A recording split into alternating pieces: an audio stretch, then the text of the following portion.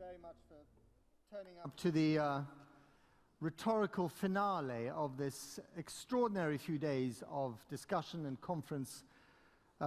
As a mere consumer of transport, I must say I've learned an awful lot from listening to you guys over the last few days. Some really interesting stuff. And what we're going to be discussing now in this plenary session is the subject of transport and regional development, taking trade and tourism beyond urban centers. We've been talking an awful lot about the rise of the city and how cities need to be interconnected and how transport will serve the great urban monoliths of the planet in the next half century. But going beyond urban centers, that's to some extent what the subject here is today. So let me just talk you through what's going to be happening. We've got 5 speakers. Actually, we have 6 speakers, but we have 5 speakers who will give their presentations first of all. And as you can see, this is a rather small stage, and it's a standing stage. So think of this as your typical German bar, except that no one's going to have any beer, and we're not going to have any sausage or pretzels. So I apologize in advance. But it is only 11 o'clock, so we can have all those things afterwards. So I'm going to invite 3 speakers onto the stage first, and then I'm going to invite 2 speakers onto the stage. But before that, we are going to have a video presentation. Now, for those of you who were here last year, you'll remember that we had an excellent presentation in person from the one and only Bertrand Piccard, who, of course, first became famous in 1999 when he went round the world in 19 days, I think it was 12 hours and 47 minutes, in a balloon. He then became even more famous with the first solar-powered aircraft, and his ambition this year is to take that around the world. So last year you had him in person. This year you have him on video screen because he's very busy working on his Solar Impulse project, but he will give us an update of where that project is today and where he intends to take it this year. So let's first of all watch this, and then we will welcome our speakers onto the stage. Okay, now the great thing about technology is that it sometimes goes horribly wrong. I have just been informed that we do not have the video of the Solar Impulse. We are without the video of the Solar Impulse, and I'm afraid I can't really tell you much about the Solar Impulse project. That doesn't involve an enormous amount of acting and charades, so I'm not going to subject you to that. We might get it later in the day, we might not. But we don't really care at this stage. We wish Bertrand Piccard all the best with his project. We trust that he will be flying around the world powered by the sun anytime soon, and we will now move on to the discussion at hand. So, let me first of all welcome onto the stage my first 3 speakers. Jean-Ragnar Arset, have I pronounced that correctly? Yeah. Okay, as you come on stage, I will read the information that people need to know. John Ragnar, who I met yesterday in the ministerial roundtable on train transport, is from Norway, where he is the Secretary of State in the Ministry for Transport and Communications. And he will give us the first address. But let me also, because you're going to have an audience of 2 standing right next to you, welcome Momuro Tsutake. He is the Director General of the Oita Regional Office of Japan Railways in Kyushu. Please come onto the stage. I just told him a few minutes ago that I have a love affair with Japanese trains. It is literally a passion that I've talked to my wife about, and we were dealing with it, but it's a wonderful thing. They are the most beautiful things, and especially if you've ever seen a Japanese bullet train arrive in a station, there's a sort of coordinated ballet of synchronicity and on-timeness. And I think the average time that a bullet train is late is, I think, less than a minute. Less than a minute, think of that. Anyway, and thirdly, Alain Flausch, he's the Secretary General of the International Association of Public Transport. So he will give us an overview, a global overview, the guru of public transport. So here we have the 4 of us on stage, but only one of us will speak first of all, and that will be John Ragnar. Thanks a lot, Matt, and thanks a lot for being able to present this project from Norway, ladies and gentlemen. Now we'll try to see if... Oh yes, there you got it. I only have 2 slides. I'm a man, so I cannot do many things at the same time. Trying to make it easy here. In the early 90s, we had some very clever, smart, innovative thinking people in Norway in the road agency. Those engineers and those planners and regulators, they came up with a very bright idea. Those guys who are working out on the roads all over Norway, looking at this beautiful nature everywhere, all the time, they thought that, how can we improve the experience of traveling around Norway? We don't have much highways in Norway. Yes, we are putting holes in some of the mountains, through some of the mountains, but usually you have to pass the mountains by driving over them, and you don't drive on a four-lane highway. Most roads have a better quality than the one you see here. That's also not a typical Norwegian road, but we have on our roads you really can see and experience the nature. But the thought was to how can we improve this? How can we make a program, pick out some routes that are specifically nice, where you don't have the 1 point or 2 points along the journey which is nice and which you should stop and have a look at, but the whole route, the whole way is an experience. How can we improve it? How can we put some added value to it? How can we improve the accessibility to viewing points and so on? And then it all started in 1994. We put up a program, a selection of roads. It was a hard competition, and as it has become a greater and greater success, even more roads wanted to be a part of the program. But this is a limited program. The level of the quality and what the roads really can offer must be at a certain level, and we have to be able to really improve and create a total program for each route, so that it really holds that quality that we are searching for. So therefore, a limited number. 18 routes are within the program, and the program lasts for until 2023. And I met a lot of you guys here during the conference, and you said, yeah, I've been to Norway, I've been to Oslo, it's very beautiful there. As you see, there are no national tourist routes around Oslo. So that means you haven't really been to Norway. Because the really beautiful places, and where we have these national tourist routes, which is the name of the program, it's mostly on the west coast, in the northern part of Norway, and in the middle. That means it's fjords, steep mountains, and mountain plateaus. And the landscape, the natures, is really very varying around the country. So each route has its spirit. Each route has its is different from the other.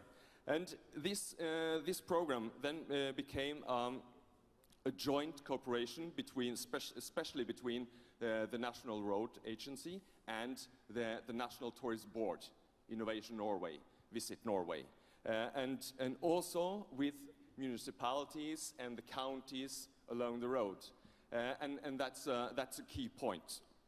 It's important to bring local tourist industry into this program, and we see that we have cafes, restaurants, small businesses, handcraft along these roads. It really builds up under the tourist industry along these routes, and the really really nice thing about this is also, here are some pictures from some of the routes, is the way we have brought artists and architects into the program. And you know, you don't mess with this beautiful nature.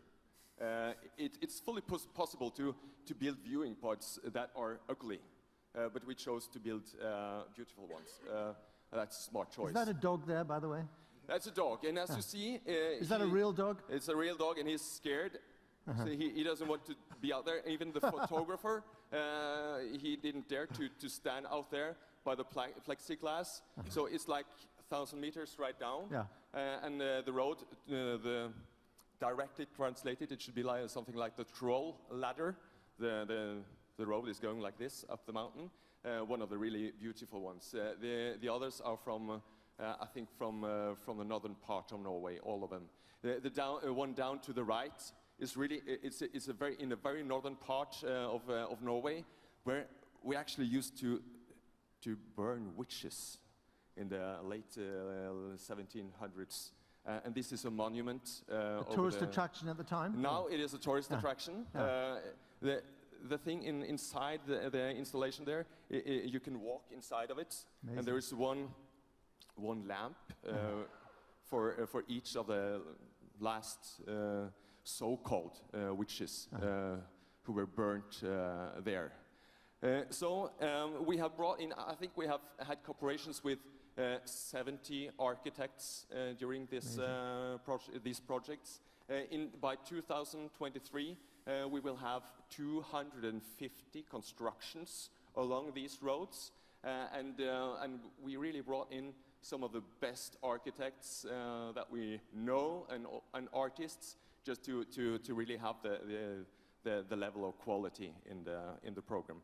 And it has brought a lot of international attention. I think approximately 2,000 articles in international media every year with the value which you might understand that gives, and also the very direct added value to the local tourist business in those often rural areas. I might stop there. That's great. I mean, I must say, those pictures are absolutely stunning. And I want to go. Da möchte ich selber gleich hinfahren. Und die zwei Damen hier in unserem nationalen Kostüm, Sie haben sie vielleicht unten gesehen, wenn Sie die Ausstellung noch nicht gesehen haben, mit all den Bildern von diesen nationalen Touristenrouten, dann sollten Sie unbedingt die Ausstellung sehen und dann natürlich auch in den Ferien kommen. Offenbar gibt es eine Vereinigung für Hunde mit Höhenangst. So. Herr Tsutake, Sie haben das Wort. Sehr verehrte Damen und Herren, ich habe die große Ehre, hier zu Ihnen zu sprechen. Ich möchte mich wirklich entschuldigen, dass der geplante Besuch von Präsident Aoyagi nicht möglich war. Ich bin also heute der Präsident.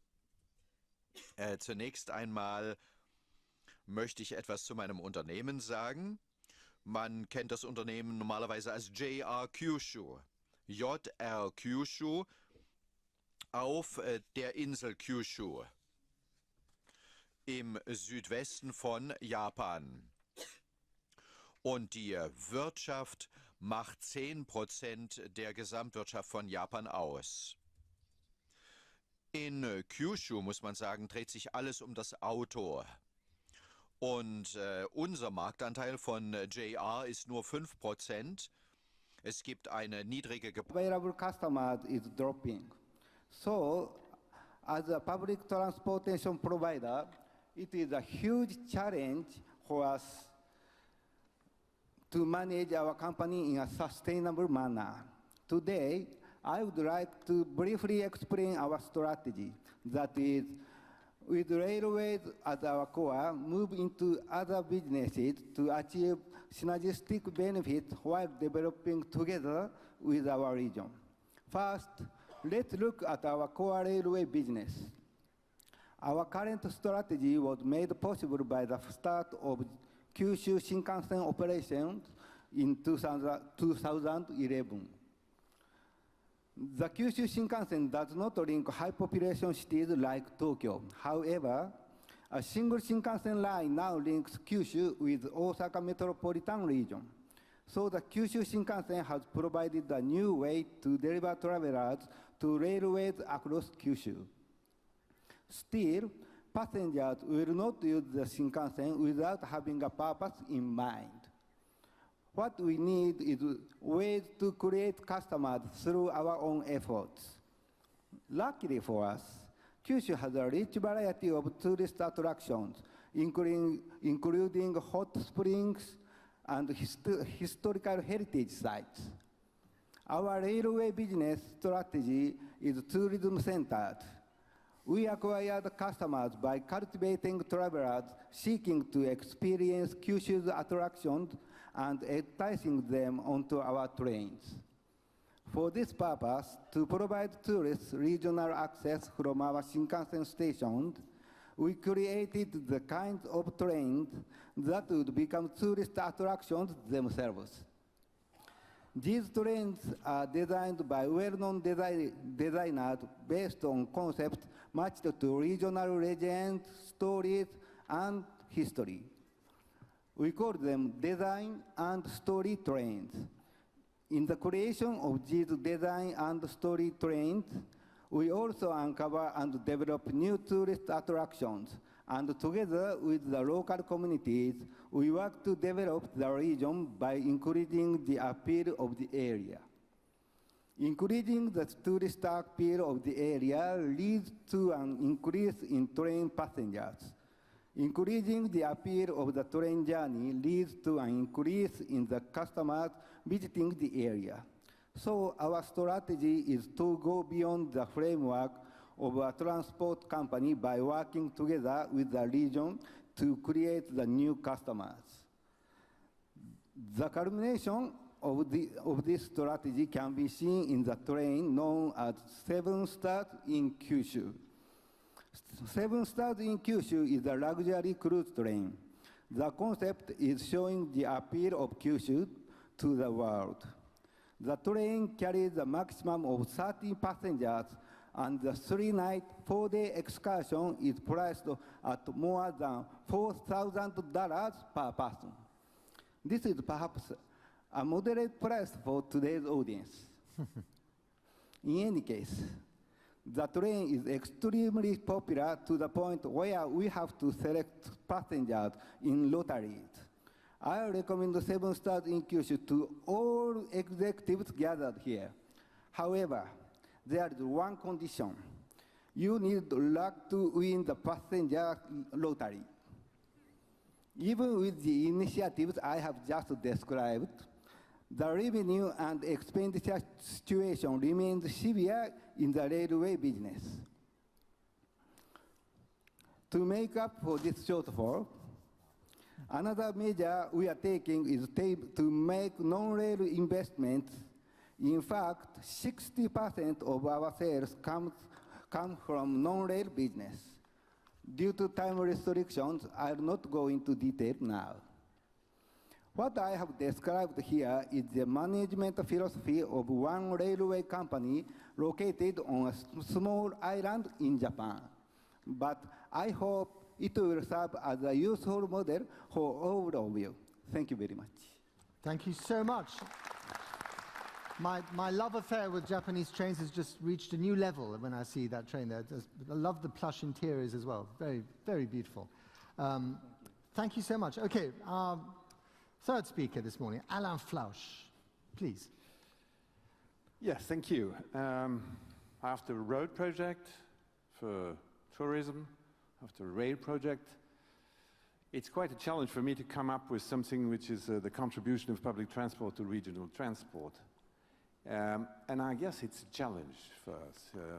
You know, every other conference or gathering of experts of transport, of public transport, we are speaking about cities, because the emerging problem today is that the urbanization. So, and we kind of abandon a bit of it, the regional part, which is a pity. And we are becoming very city-centric.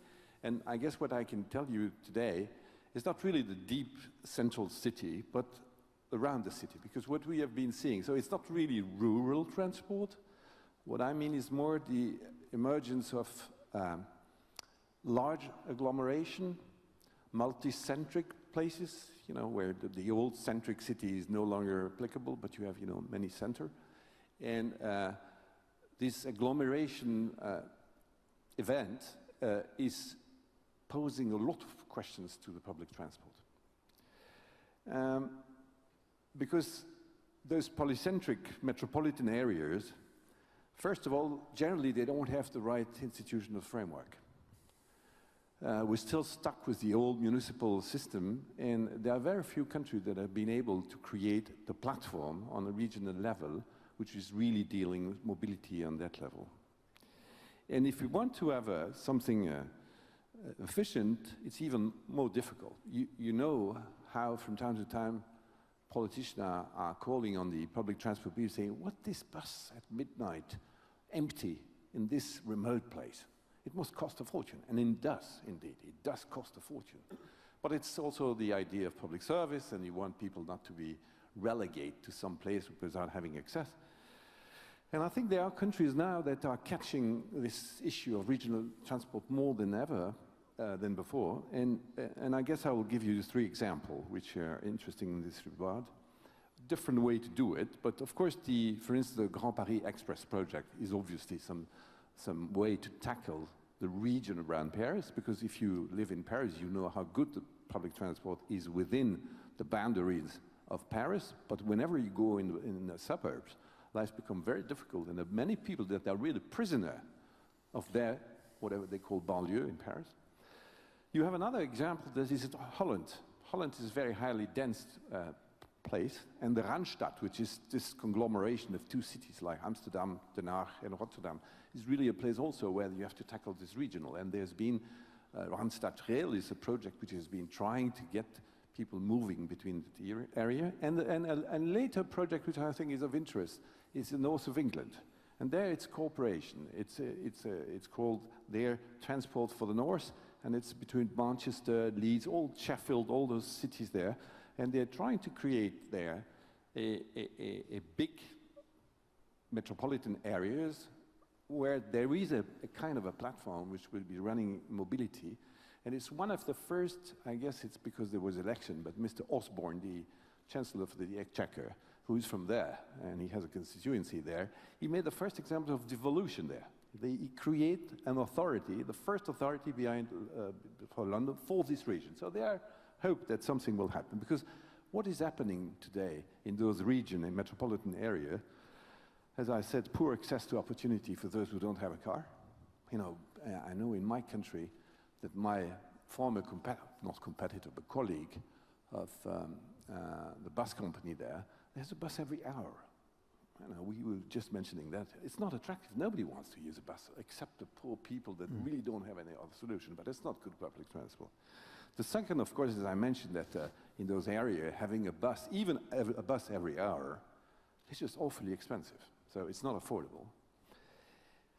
And then everybody uses car, and every morning, it takes 1 hour to go to the office, 1 or more hours, and the number of traffic jam that you have, you're counting. Now on the radio you can hear, this morning we have 800 kilometers of traffic jam, which is, as you know, costing a fortune. Generally, the most moderate people say it costs 2% of the GDP. In some countries like India or Beijing, it will cost 8% or 9%. Imagine the amount of money that it means. And of course, it's a regional circle, because the regions are less and less attractive for resident and economic activity. It was difficult to reach. So basically, you have, those regions are abandoned. Now, I'm afraid public transport is not really the option. And I think the session we had today on shared mobility would certainly be a much better option than public transport. It's not a new idea. Now we are discovering shared mobility because IT has been coming. I guess I know that in France for several years or for several decades, there was some arrangement between public transport and taxi company. At the end of a line, you would have a taxi, and the driver could call the taxi company and say, I have 2 persons, one going this way, one the other, and the taxi would work. Now, obviously, it was not easy. It was telephone. The driver, from time to time, didn't want to do it because it was not part of their job description, and so on. And eventually, now digitalization will help. But basically, what was the good summary made this morning by Robin Shane is basically system-based on IT and community-based system, which is also a kind of evolution of our society. First, technology is improving, and second, community work is developing, and the participation of citizens to finding solutions is much better than it used to be. Democracy has been now more participating in democracy than ever, which, you know, citizens are asked to give their advice, they're also asked to act and to help. And so we had already in the past, some of you know, that around Copenhagen there is a brilliant demand-responsive transport system which has been designed some years ago, and where, you know, they have developed a special IT tool which allows the driver to know where he has to go or how he has to wind in the area. And so there already there was a nice system-based transporting disabled people first, but also other people. You have also small authority in investing in shared mobility with alternative transport to private vehicle when there is no PT service. And there is a system that has been invented by Carpostal in Switzerland, which is called Blaue ride-sharing system. And you have the same, of course, in Austria in certain communities. So it's the community that really gets to organize carpooling or car sharing, depending on the opportunity. Even the big incumbent like SNCF has been developing some product which is called ID Room, which is some sort of a ride-sharing plus car sharing, and it's when you buy a ticket, you have that included in your rail.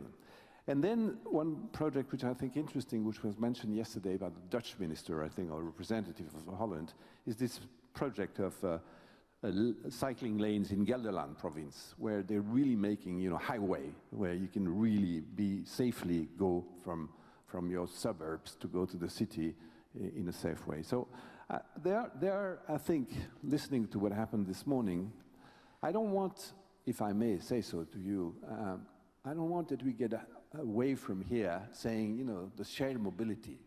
Remember that public transport is shared mobility from the very beginning. So it's just a continuation. What I like in what was explained this morning is, of course, using the capacity with the news all the time. That's really brilliant. And I think what we should do is to try to keep in mind that for mass transit, there is no other way than public transportation.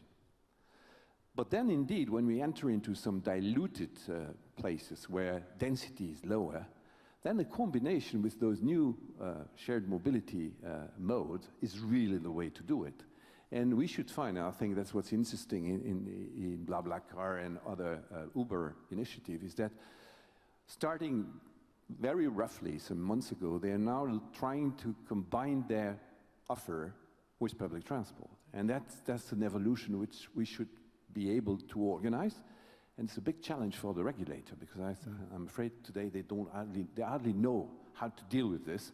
And you know, we need smart politicians or smart regulators, let's say it's better, which will coordinate with local authorities and to complement the traditional public transport stuff with those new modes, and to try to see, and I have an example which I think is very interesting, is the taxi system in Holland.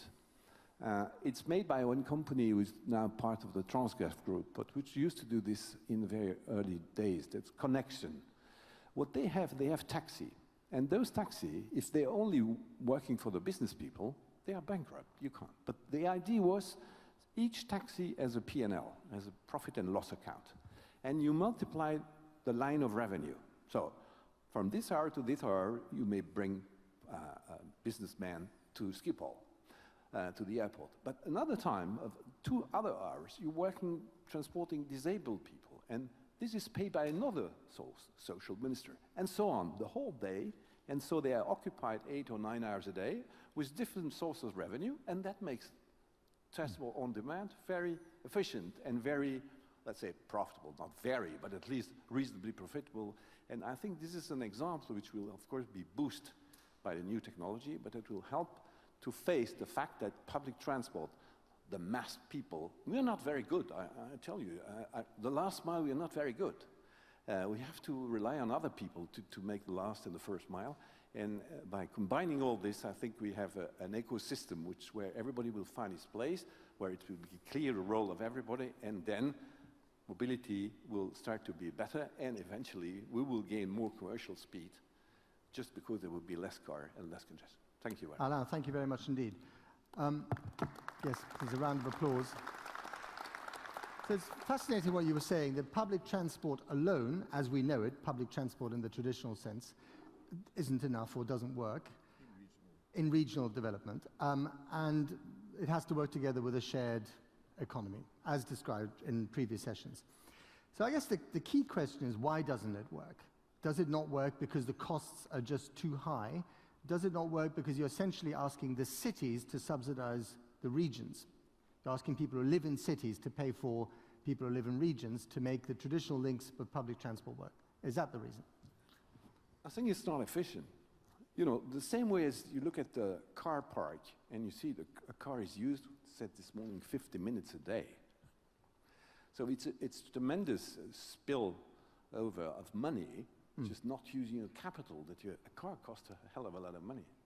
But the same with a bus.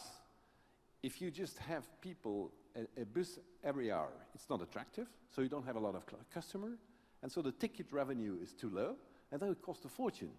And I think it's like, you know, killing a fly with a cannon. Mm-hmm. You better use, you know, smaller stuff, much more efficient. Now IT allows us to be more flexible instead of having the route, which is always a scheduled route. But of course, in some parts of the city, Uber will never be a good solution because there are too many people to be transported. Yeah. So I think it's like we were discussing this with José Viegas a moment. He has a model, he says, that he's trying to test in Lisbon, and that is that you have a hierarchy. When you have mass transport, you need trains and metro. Then if you want to feed this in the city, you need buses, but you need good buses and frequent buses on corridors which are, even you don't have to be too close to people. If people know that whenever they hit a corridor, they will have a bus in 2 minutes, they're ready to walk 600, and it's very good for them, by the way. Maybe the older people will be a bit difficult, but 600, 700, sure, if they are, that there will be a bus. And then in places where it's not dense, where it's really a bus would not do this job, let's go to those new way of doing, and that's very convenient for, and today, you know, everybody has a smartphone, sure, both for metro, both for bus, and both for the new modes of transportation. John Ragnar, I want to ask you a question. I mean, by the way, I'd forgotten that Norway is competing with Chile to be the thinnest country in the world, although I think Chile has beaten you to the post.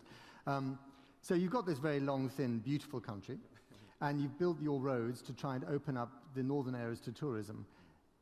Does the revenue justify the cost? I mean, is it actually working as an economic model? I think definitely yes, because I don't remember the numbers actually, but this is not the most expensive investment program that we are running. I mean, compared to building new roads or new railways, this is like change. And we have a partnership financing of it. The road agencies is bringing in about 2/3, and then you have the local communities or the counties bringing in the last third. So I think everybody agrees that this investment is really worth every penny. So there's not much discussion about that. There's no discussion about the cost. No, not really. You always have discussions when you set up a budget, national budget, but I think that everybody sees that these are well invested money. Okay. And Mamoru Tsutake, if I can ask you the same question. In your region of Oita in Kyushu, so it's a more remote part of Japan, and you've showed us these lovely pictures of trains which are tourist attractions in their own right. What is the evidence for development at the end of the train line, you know, in the various regional stations at your train service? Have businesses flourished? Have new businesses been created as a result of better connectivity? You can answer in Japanese. Pardon me. Then let me answer in in Japanese. Channel 8, I think.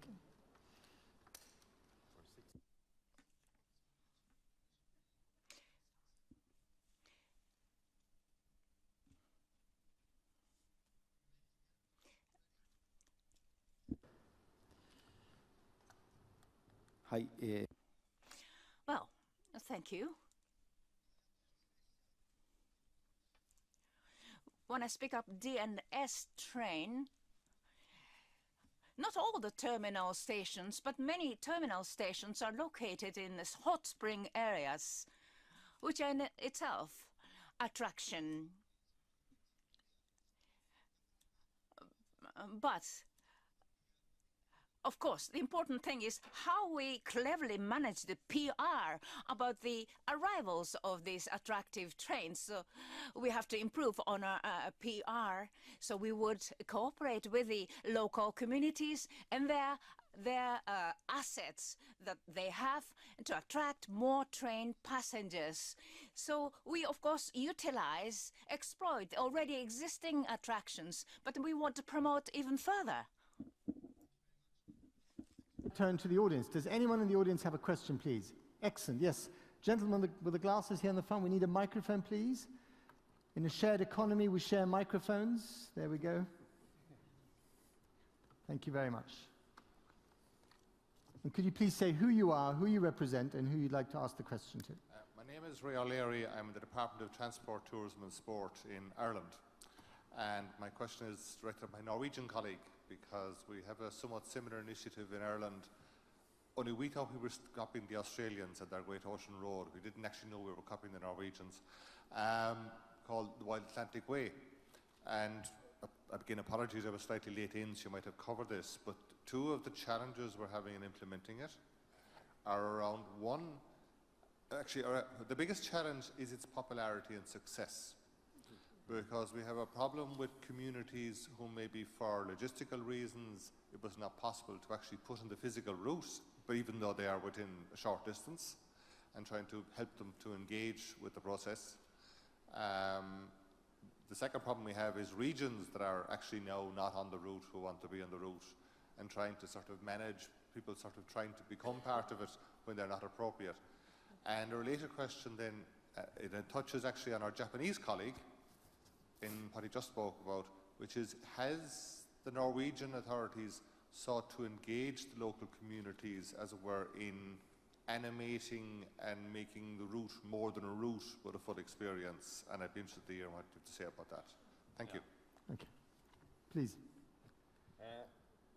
I think at least through the years, as the program has emerged, from the first experiences, it has been a broader engagement from the local authorities, from the local businesses. You see what has been successes along some of the routes with cafes, restaurants, local handcrafters, and other local industries. Those routes has been kind of magnets to businesses, which helps to create and make the whole experience better for the travelers, and a better business for the people who are living along these routes. Okay, can I ask a follow-up as well? I mean, we discussed high-speed rail yesterday, and one of the problems, I think you touched on this, Alan, is that you have these wonderfully fast trains that go from one big urban center to another.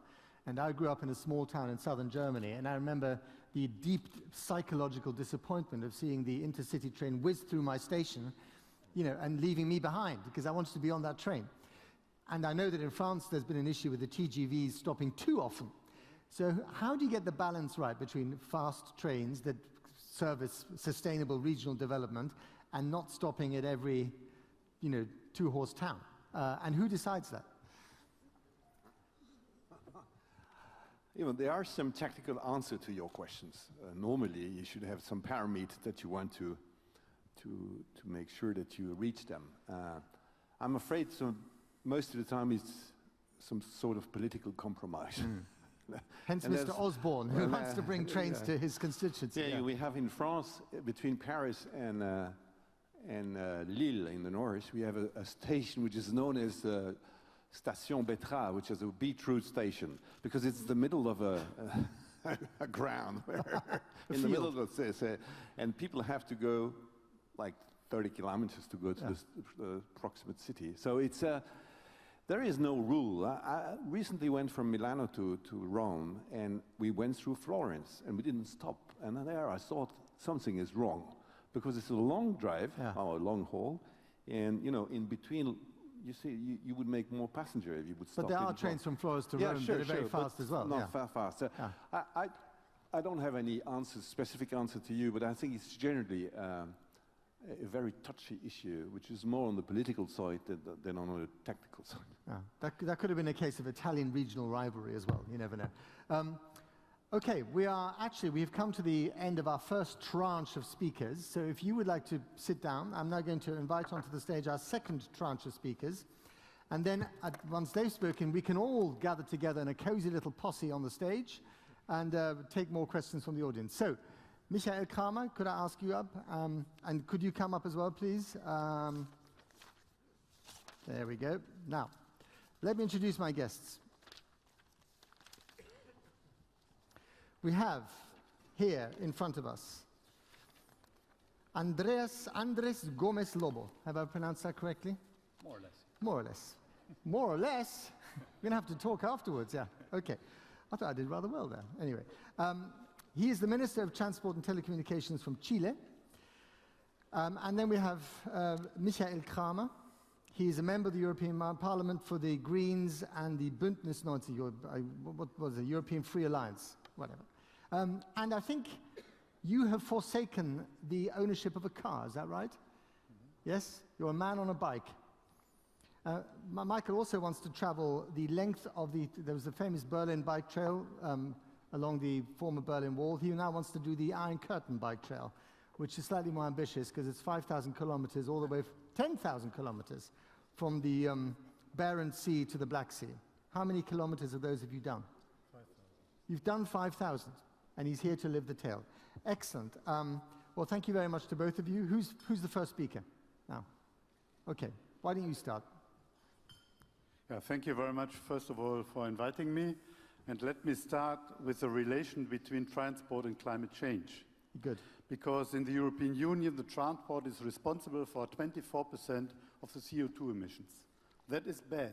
What is worse, since 1990, we have a decrease of the CO2 emissions in the industry by 32%, in the housings by 24%, and in the energy sector by 16%. In the same period of time, the transport sector has an increase of 28%. So, without a change of mobility, we'll never fight against climate change, but that is necessary that our children and their children will have a perspective to live on this planet. That is the first one. The second one, we are talking about tourism. And of course, tourism can destroy tourism. We know all those examples. Therefore, tourism must be sustainable. And because you invited me, the most sustainable transport mode is biking. And so bike tourism is increasing since more than 2 decades by 20% every year. 20% every year. And the investment in biking infrastructure is not very high. It is very low, it is cheap, but the benefits are very high. Because 30 years ago, when we discussed bike tourism, the hoteliers and all the others said, no, students of school or university, poor people. The opposite is a reality. I know people, they have in summer their Mercedes in the garage at home and riding their bike through Europe. And they don't look, if they have done it all day, they are proud of themselves with their own power. They don't look for money for food or accommodation. The best is just enough for them. And therefore, all research have found out that bike tourists spend more money a day than auto tourists. That is clear with this attitude, that is fine. And therefore, I can only encourage to do that, to invest in bike tourism, because that is a perspective for the future. And so you can see it is not only ecological, For economic reasons, it is wonderful because bike tourists spend the money for local economy, for small and medium enterprises. They have the benefits of that because with a bike, you are very fast, you are fast enough to see a lot, but slow enough to look at it. And then you make a stop, you drink, you eat, and you look at it. And so that is very, very important. The impact of bike tourism in Europe every year is 44 billion euros. If you compare it with cruise ships in Europe, it is the same figure, 44 billion. But if there is a cruise ship industry and says, okay, we need an enlargement of a harbor, we need 2 billion euros, they will get it. But if you come, you want to have 20 million euros for the bike infrastructure, oh, that is a problem, that is very expensive, and so on. That is crazy, but reality, and that we have to change. And the European Parliament is on the right track. Because we have in Europe, we have 80,000 kilometers of the so-called Eurovelo routes, 14 of them. And of course, you get a co-financing by the European Union up to 85%, but the benefits you have at home. So that is very attractive. And in this 14 Eurovelo routes, there is the Iron Curtain Trail. You mentioned it. That is a trail because we have now the 25th anniversary of the reunification of Germany and of Europe. That is a trail from the Barents Sea to the Black Sea, 10,000 kilometers through 20 countries, and 15 of them are now member states of the European Union.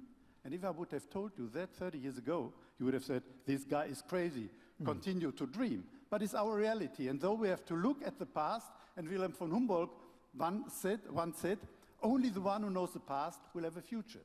Therefore, we have to look at the past, and on the Iron Curtain Trail, you can write in history, politics, culture, and nature.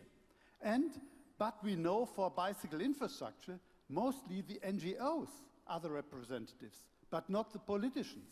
And that we have to change. But in Europe, we have there a change because the 14 Eurovelo routes are part of the Trans-European Network for Transport.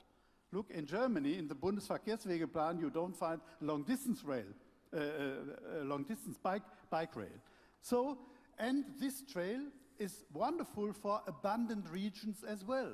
For example, the West Finns can't imagine that on the eastern part of Finland, somebody from Europe will come to ride the bike. But that is now reality. Or in Croatia, the same, Mediterranean, wonderful, but in East Croatia, no. But along the Drava, that is a fine ride, and that is very, very important to do that. What is needed? Trains don't like bikes. In Germany, only in regional trains you can use a bike. But I will not change the train 4 or 5 times if to go to Switzerland or elsewhere. So the railway companies have to think. They are ignoring the bike tourists, which are increasing since 20 years, and so bike tourists are forced to use the plane or the long-distance buses. There you can take your bike. And so in some regions, for example, Austria, they are clever. Now, up to 2016, in all the high-speed trains, you can do it. And in Germany, in the ICE trains, it's not possible, but we need pressure that they retrofit their trains also for bike tourists, and that is very, very important. So, to conclude, we have a big chance. With a small amount of money, you can do a lot, and of course, you can look at your wonderful landscapes and so on. I'm convinced we can save mobility and the climate also with a sustainable tourism. Thank you very much. Thank you. So you can save the planet, you can save the climate, but can you enhance the economy? This is my big question. This is about sustainable development. What is the evidence, what are the numbers to illustrate that along these tourist bike routes you are getting genuine development that is sustainable? You don't need a lot of money. For example, in Finland, you have 1,700 kilometers of this trail. You can use the existing roads because more reindeers force you to stop than cars. Yeah? So it's wonderful. But 1,700 kilometers is a long distance. but every 200 kilometers there's a crossing point where you need a signpost. So it is not so expensive. But the benefit, that is very high. 44 billion euros you can't ignore every year. And we won't ignore it. Okay, thank you very much. We'll get to the questions later on. Our next speaker, Andres Gomez-Lobo. Please, you have the floor. Thank you very much. There's a presentation. I just wanted to, what I wanted to do is to inform what we're doing with respect to subsidies for isolated regions. As you can see, Chile has a very abrupt geography, which makes connectivity a very important issue, not unlike Norway, very similar in the south of Chile to the photographs of Norway. We don't have the income per capita, though, that Norway has, so the challenges are a bit different. You don't have any oil. You don't have any North Sea oil. We have copper, but not the black gold as my Norwegian colleague mentioned yesterday. So this is a program that's based mainly on social issues. In 2009, a formal law to subsidize public transport was passed. And I want to stress this because before that, there was no subsidies to public transport, either urban or regional or rural transport. And this has permitted 5 programs to be created since that time. I just want to mention 2. One is a connectivity program that is for isolated rural areas. Another is a school a free bus for schools, which is very important because in isolated areas, children to go to school, they usually have to go to a boarding school. And this program has permitted children to go back to their house, to their family every day in many areas. So it's had an important impact. Now there's 42,000 children benefiting from this subsidy program. But I want to stress more the connectivity program here. The object is to ensure that all people have access to public services, health, educational facilities, and government services within a reasonable travel time and also a reasonable fare. And this is not always so. We've invested, we're coming close to investing $60 million this year in 3 programs for isolated areas, for rural connectivity, and extreme zone. These are the very north of the country, or the very south, have a special program. And these programs, they have rules, they have regulations that have to be met. One of the important ones, well, before that, we have 437 terrestrial services, it's rural buses, 83 maritime services, 13 air, and these are very small airplanes. They're not large airplanes. It's a subsidy for very isolated regions. They're usually demand-side subsidies for small airplanes. We also have for rivers 2 trains and lakes. It benefits more than 4,000 people. The important things is that, as I said, having a law, regulations, and then you have a methodology. We have a quite sophisticated methodology to evaluate services.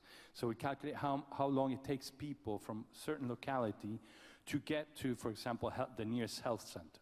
And it includes a geographic information system to calculate the walking times, depending on the steepness of the roads, because a lot of people in these rural areas will walk perhaps 2 hours to get to public transport to be able to go to the big city.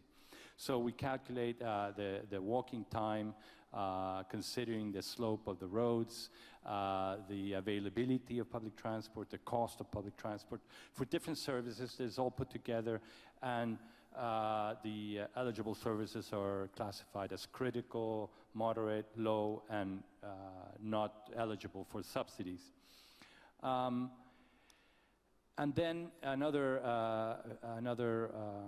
feature of the program is that eligible services are then tendered in order to reduce as much as possible the expenditure on subsidies. Fares are set in the contracts, and then you tender for the lowest subsidy. And the main justification for this is social. However, there are also benefits for economic development and tourism, and I put this picture. I didn't know Michael would be here, but I'm sure he can. That's you on the bike. He'll like that, yes. You can take the bikes on at least on the ferries. Usually in the buses also, because it's quite informal. The animals also go in the buses, and so I'm sure that drivers won't have a problem with the bike. But the thing is that it also opens up tourism opportunities. I just want to show you some examples. One in the far north, you can see Chile is very long and thin. We have to walk sideways, some people say. And in the top, there's 2 services that go up 4,000 meters to the localities, the villages up in the Andes, in the Altiplano, which benefits some 1,600 people. By the way, here we also have a school bus program to take students with special needs to a special school in Arica. Those students without our program would not have the attention that they require. So that's been a very beautiful experience to have that service for the special needs school, which you're not going to have a special needs school up in the mountains. It only makes sense to have one in the capital in Arica. So, but this is public transport, and obviously it does open up tourism possibilities in the far north region. In the south, southern, not yet the far south, you have bimodal routes. That is routes where you have buses and then ferries together, because the continent breaks up at this part of the country, a bit like Norway with fjords, and therefore you do not have terrestrial connectivity. You can't have roads unless you invest in that area a lot of money, which we don't have as the Norwegians have. So we have to go by sea in many routes. And this is very interesting because if the top city there, Puerto Montt, is the last place where you can get a ship to go to the far south. There's no connectivity through Chile to the far south. You either have to go through Argentina by land, through air, or by sea. And the furthest south city where you do have sea connections, Puerto Montt. But you do have road connection further south. But then you get further south and you have to go back. You can't go all the way south. And I'm going to talk about that because this is our next project. I'll skip that one. That's another bimodal routes we have. These are very long, as you can see, 28 hours. It goes through 10 localities, islands, so that you can connect people. But now what we're working on is, as I showed you, that there's a road that goes further south and ends there in what's called Caleta Tortel in the north of that picture. And from there to Magallanes, which is the furthest region in the Patagonia, the south, there's absolutely no connection, nor will there be connection, because it's just the geography is impossible. You have the ice fields in that area. And the only way to get to the south, as I said, you have to go back to Puerto Montt, take a plane, or go through Argentina further north. There's no pass there. So what we're doing now is we're putting a new service that will go from Puerto Yungay, because Caleta Tortel there does not have a pier. It's people walk around in these sidewalks. I'll show you a picture. And so Caleta Yungay, you have a pier, and it's a ferry that will go to Puerto Natales, which is a very touristy, very scenic area in Magallanes region. And it goes through all the channels there in that area. And there's only one inhabited city there, which is the one in the middle called Puerto Den. And about 300 people live there. Besides that, there's no one there, no inhabitants whatsoever. We tested this, in January. We sent a ship doing this trip, and naturally it creates this ferry will create immense touristic possibilities, because then you can go by car to the end of the road and take the ferry to Magallanes to the south. And I can guarantee you the scenery is spectacular, as I'm sure it is also in Norway. This is Puerto Den, where about 300 people live. It's the only inhabited area in all that region. And this is Tortel. As I said, there are no roads there. You just walk on these wooden sidewalks on the sea. The good news is it will be operational, we hope, by December of this year, so you're all invited if you want to come. I guarantee you that it's a No very lottery? nice experience. The bad news is we have differentiated fares. The subsidies are only for nationals, for the elderly and school students, so foreigners will have to pay the full fare, but I think it's still worthwhile. So this is what we do, and just 3 points I want to make. At least from a developing country perspective, it's very important to have formal laws and regulations for these subsidy programs. Subsidies can get out of hand quite quickly, particularly for when you have a lot of political pressures by mayors, and so it's important to have formal laws and regulations that you can sort of give some rationality to these programs. A methodology to evaluate the programs in order also to maintain the efficiency and the original objectives of the program, and tender contracts as much as possible in order to minimize budget expenditure. Thank you. I have to say, those passengers look exactly like the passengers I see every morning on the Piccadilly line going to work in London. Just as happy. Thank you very much. That was really great. It sounds like, you know, you should talk to Michael more about bikes, because when people are walking for 2 hours, they could be biking for half an hour, right? So bikes are essential to make your connectivity work in some of the rural areas. Well, biking has increased substantially in Chile, so Michael may be happy about that. They make up now 7% of trips in Santiago. We're building a lot of cycle routes in the city. Outside, in rural areas, bicycles have always been used because people are poor, they don't have cars, bicycles quicker. So in rural areas, you've traditionally had a higher use of bicycle. But it is a mode that's now getting very strong in urban areas, and we're building a lot of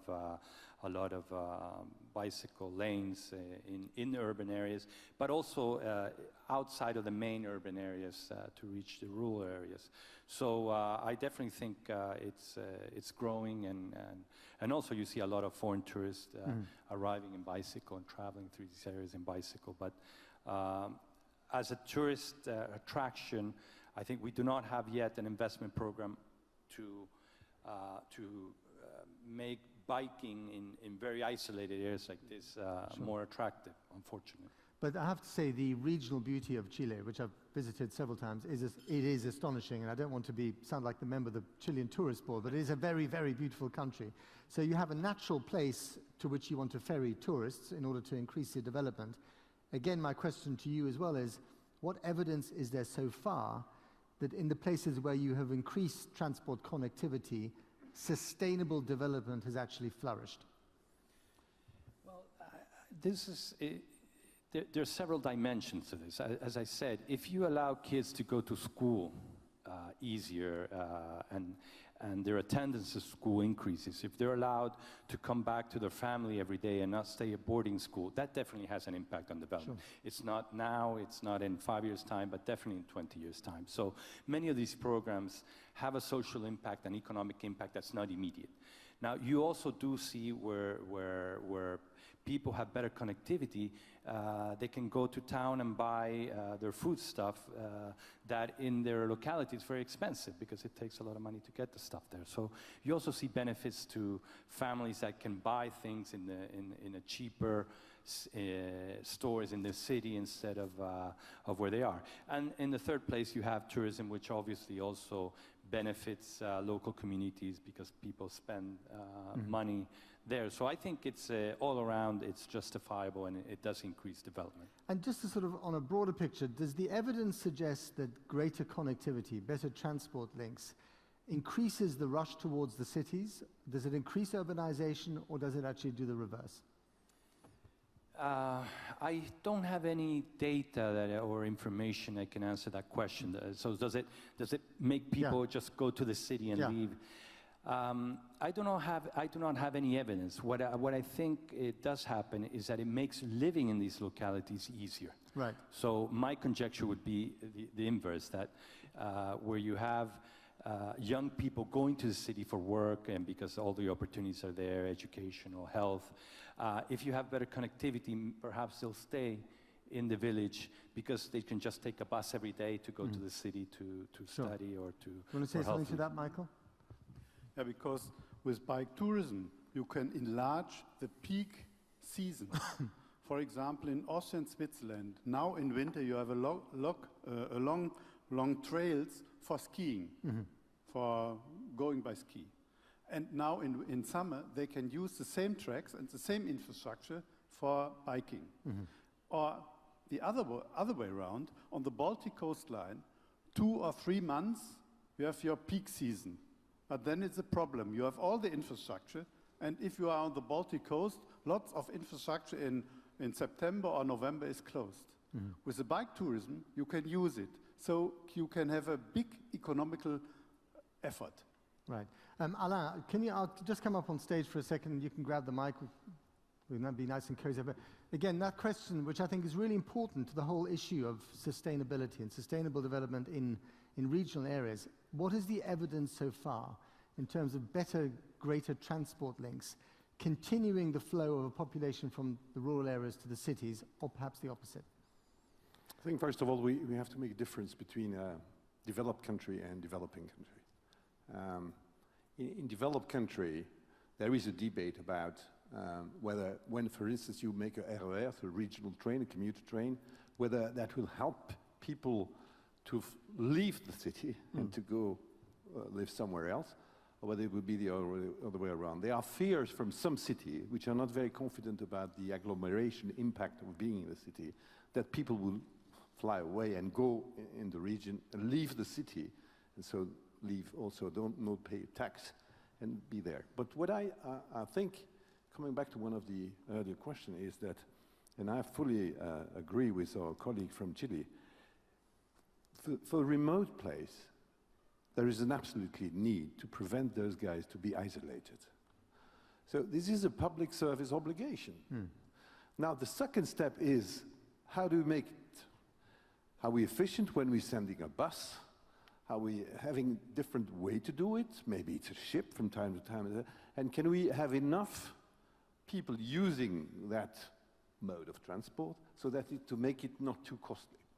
But the first idea is, I think that we cannot allow people to be isolated from civilization. And that's part of the duty.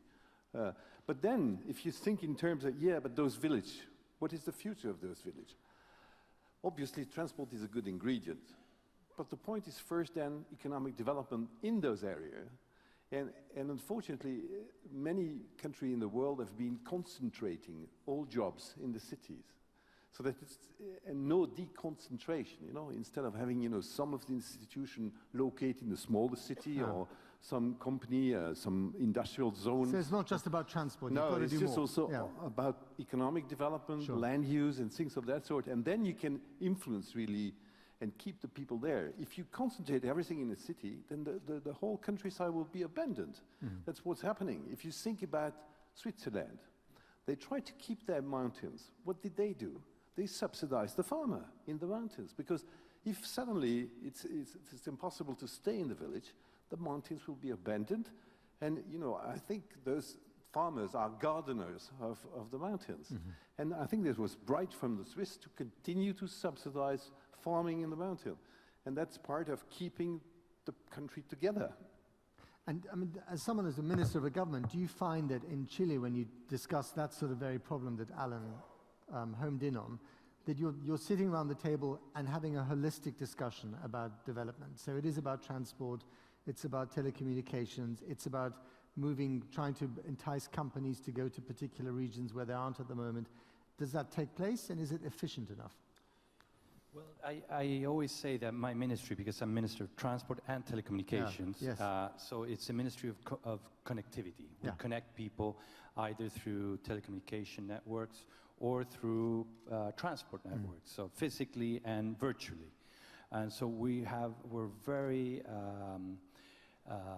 energetic about getting coverage of telecommunication services. We currently cover about 95% of the inhabited territory of Chile. We want to get to 98% here from 2 years. So we make great efforts to expand telecommunications coverage so that people in rural areas and isolated localities do have internet access, mobile telephones. We're currently developing a project to lay 3,000-kilometer marine cable, fiber optic cable in all that area in the south to be able to connect the country north-south completely through Chilean territory, because now the fiber optic goes through Argentina and also reach all these very isolated communities.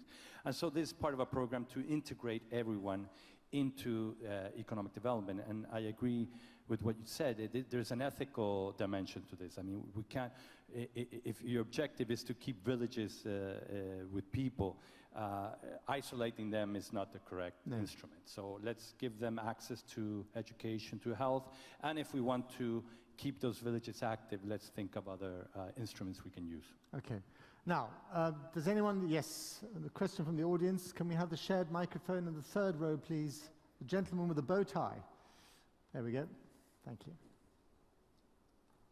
And you can ask, by the way, all of our panelists, even those who are now sitting down. Thank you. I'm Thorson from the International Federation of Pedestrians. I'm very pleased that the Minister talked about the connection, walking, to the public services. Will you do something more for the pedestrians that they can really, or the walkers in the territory, that they can come safely and, let's say, not totally exhausted to the bus stop? That's one thing. And to Michael Kramer, I agree with your comments on cyclists, but isn't it possible to introduce also walkers in your program? Because you can also take the train, you can also take the bus, and from there make a good walk round, and it's also sustainable. The 10,000-kilometer walk along the Iron Curtain Trail. There we go. That's your challenge, Michael. Not the 10,000 kilometers, but the German border, 1,400 kilometers. That is also possible for walking. I concentrated now on bike riding, but of course walking is the most sustainable movement. That is clear. We are in favor of it. But then we made an analysis. The money of the European Union, where does it go in the transport sector? 60% is going to road, 20% is going to rail, and 0.7% is going to bicycle infrastructure. And because I have also walking in mind, we made an amendment. We wanted to have at least 40% for rail, the maximum 20% for road, and at least 15% for hiking and biking, both. Everyone goes away a winner. Everyone's happy. Any other questions from the audience? Yes, gentlemen in the last row, please. Mike's coming your way. Hello, I'm Nick Greenfield from ETOA, that's the European Tourism Association. Looking at the title, Taking Trade and Tourism Beyond Urban Centres, you might be interested to know that Paris, who are one of our members, have a major problem with hotel space.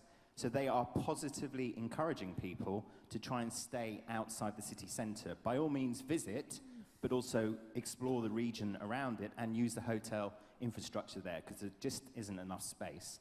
Do you have any thoughts about how the tourism industry can be integrated into transport plans for cities? Because sometimes, if I'm talking specifically about the coach sector, for example, there's a feeling that there's a bit of an afterthought in some destinations. So given that stress of tourists coming into somewhere like Paris, how can cities work together with the tourist industry, with the travel industry, to ensure, you know, a good flow and movement of all these millions of visitors?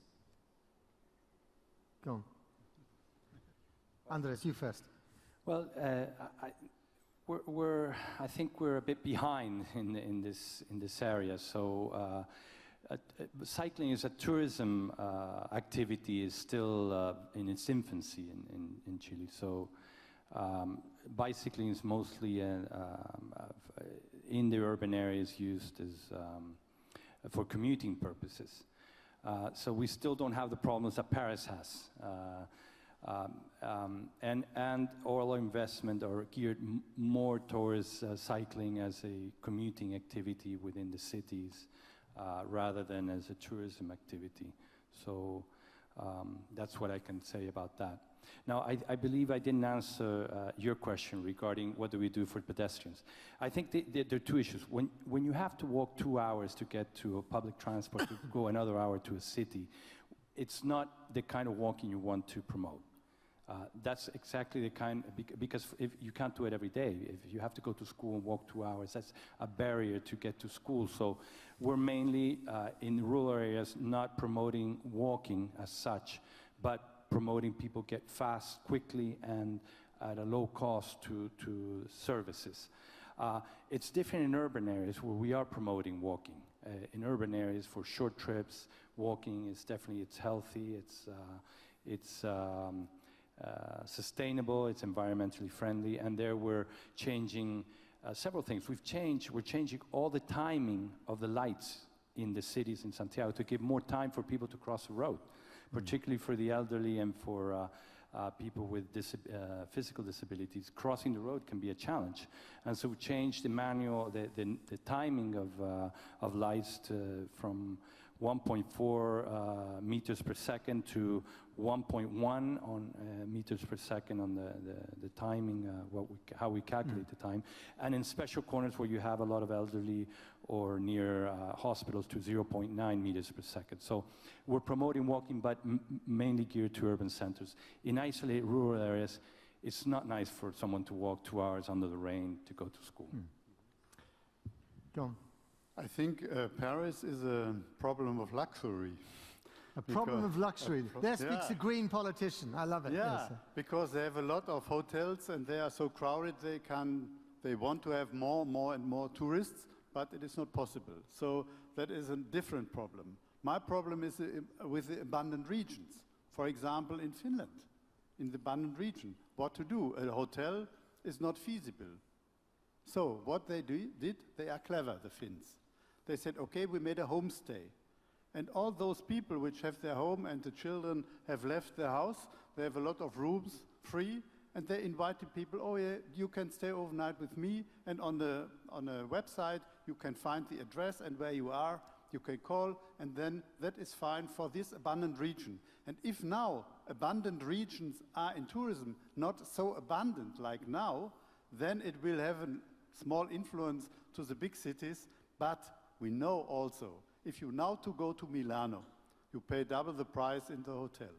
If you go to Strasbourg when there is a European Parliament, you pay 3 times more than in other times. And so that is a problem of luxury, but the abandoned region is now our agenda. It's also a problem of expectation. I have to say, if I say to my wife later this week, darling, we're going to Paris for a romantic weekend, and we're staying in a really fabulous hotel in Nanterre, she won't be so happy. I hope there's no one here from Nanterre. I'm sure it's beautiful, but anyway. Now we have room for one more question, and then we have room for our final speaker. Please. Gentleman in the second last row. Go on. Yes, to Mr. Kramer. I'm from Turkey, from Foreign Affairs, transport section. From the economic department. About the bike, we need, honestly to say, one pressure from Europe to improve the bike in the life, in the daily Turkish life, because in the cities like Istanbul, Ankara, and Izmir, the big cities, we have the lack of the bike roads. And the other problem, the secure biking. We have the statistic, unfortunately, in last year, during the biking in Turkey, approximately 50 persons died. This crashing with car or other problems, infrastructure problems. You have any idea, or in the project, I don't know, in the future projects, to improve or to give a little pressure, maybe our financial support, to realize in Turkey the bike as daily use, daily life. Thank you. Okay, there you go. 4 weeks ago, the delegation of the Transport Committee was in Istanbul and Ankara. And for the Iron Curtain Trail, it ends in Rezovo. Nobody knows Rezovo. We wanted to have a connection then to Istanbul. It was 160 kilometers along the Black Sea, wonderful. But there is a small river and there is no cross-border section. Therefore, I encourage the Turkish authorities to make their cross-border section that you have the final destination Istanbul. But in Istanbul, I didn't see a lot of bicycle riders. But I saw big roads, 8 lines for each direction, and traffic jam. And our bus was conducted by the police. And we did lose a lot of time. It was not possible in this crowded road, even for the police. And if I think then for ambulance, that is a big problem. And so the figures for bicycle accidents. If you increase bicycle riding, the accidents are increasing as well. But then there is a point, the bicycle riders is increasing and the accidents are going down. For example, that is necessary. The more bicycles are on the road, the safer it will be.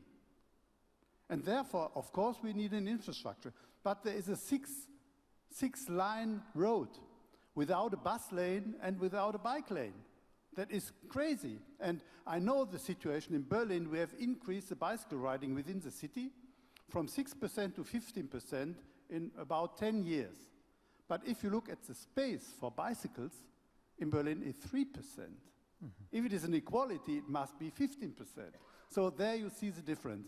And if you want to do it, of course, on big roads you need bicycle lanes, but the big advantage in Berlin was 25 years ago, 80% of all the roads have been speed limit 30. And there's a mixture. There's no bike lane that is together, and that is safe because the car drivers look to the right, oh, I have to stop. There can be a car from the right, and then I damage my car. That is a big problem for car drivers. So in this way, you must encourage. At the beginning, it is high because it is hard because the figures for bicycle accidents are increasing, but if you have more, then it's going down. The lowest rate for bicycle accidents is in the Netherlands. I must say, as someone who takes different modes of transport to work in London every day, the relationship between the bicycle and the car is one of warfare. You know, it is absolutely brutal, and the numbers of bike deaths in London are appalling. But if you're driving a car and you don't know where the bikes are and there are no bicycle lanes, London doesn't have bicycle lanes because the roads are too narrow, or because they don't want to have shut down roads for a sufficient amount of time to put them in. Once you're lucky when you have space, but we don't have the space, and it's awful. Anyway, thank you very much to these two panelists as well. I will now ask you to take your seats. All of you have been absolutely marvelous. And as we conclude this session, I would like to welcome on stage the Secretary General of the ITF, our very gracious host, José Viegas. Thank you very much indeed.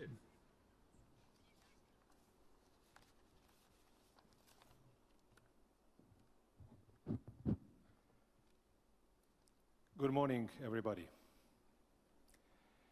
After 3 very intensive days, the summit 2015 is now over. We have listened, we have debated, we have discussed. We have argued, we have analyzed, we have compared and conjectured.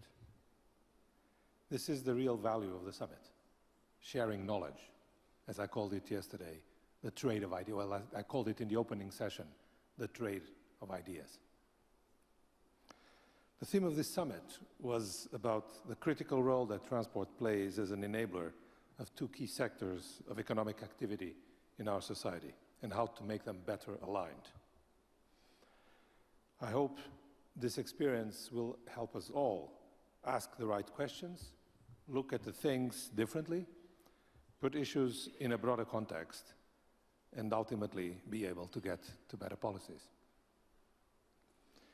This is what the ITF is about, putting up the structure, bringing in some key actors as catalysts, and engaging with you for that collective experience. I had the opportunity of saying yesterday in the closed ministerial session, a big summit needs a strong mountain below, and we are building the strong mountain. This is the first summit in which our initiatives of creating the Corporate Partnership Board and making studies at the request of the governments analyzing critical policy questions have been able to produce outputs. These have been incorporated in quite many of the sessions. This allows the sessions to be better informed at the outset. And we are very, very proud of the work that we've been doing there. Some of the debates have led us to see that because of the connectivity and digitalization, we are moving in quite a few areas of transport from product to service. This means changes not only in the business models and capital allocation, but also in the nature of regulations. As it was said in the open ministerial, we are moving regulation from the functional specifications of the how to the from the technical specifications of the how to the functional specifications and the policy specifications of the what we need to do. And this means that regulation will be increasingly changing from the upfront specification and accreditation to the ongoing validation improvement by grading, by rating of consumers to providers and of providers to consumers. This is a very interesting cross-checking exercise. And this is also part of the reasons why having these companies helping us in the Corporate Partnership Board is so important, because we can bring their perspective into our policy analysis and policy recommendations. All of this is very important because we have to understand something that is not always obvious in the media and even in public perception, that transport policy matters. It's not only about technical regulation, it's about good policies, and we have to be able to develop them. So now is the moment in which my dominant feeling is thank you. There's a bit of relief, of course, because this is a big tension in coming up, but it's thank you. Thanking you all for coming to Leipzig. But that's the role of the mayor. For me, is thanking you all for having been so engaged in the sessions, in the corridors, in the dinners. There's been so much formal and informal discussion, so enriching. The results will be with us to share and to apply. Every one of us comes out of these 3 days different from what we were at the beginning. All the summaries of the sessions, all of them except this one, are now available on the website already. The presentations will be also available as downstream video. And we want to make this all available for use by those of you who are here, but also by the others who were not here. And this is a part of our mandate. Now the big thanks. I'm sorry, it's not for you. It's for the German minister who made it possible, for the sponsors who made it possible, for New Zealand who led the presidency this year and helped us put the structure on all of this. And then, excuse me, I have to say to my great team. The summit team led by Mary, she runs the show, I do the speeches. It's incredible what they do. But also the rest of the staff in producing all that knowledge that is available here and in creating the environment in the creation of that knowledge that allows us to be so effective in bringing to our team the best experts in the world, some of the best companies in the world, and all of them with this willingness to share. We've had here today a session in which for the first time IRU and Uber were discussing on the same table. This is a major step forward to getting to better policies. Other examples of coming from different angles and understanding that there are common challenges. And instead of saying, you are doing wrong, I am doing right, we are probably both doing less good than what we could. And the effort of our team during the year and the immense merit and effort of the summit team have, at the same time, make me so proud of leading this team and so thankful for all their work. So, with this, I want to say, I would hope to have you here next year. The theme next year is again very important in terms of policy because it's about transport for green and inclusive growth. We've just heard in the last mention Minister Gomes-Lobo saying we have to keep these populations included in our community, in our society. A large part of that discussion this year on the closed ministerial was about climate change. It will be a permanent challenge in all our themes. The green and the inclusivity are permanent themes. Next year, they will be the core themes. So this will be a big challenge. Save the date, May 18 to 20. The place is the same, you know the way. Come back. We want you here again, and we're so proud of being able to deliver good service to you. Thank you. See you again.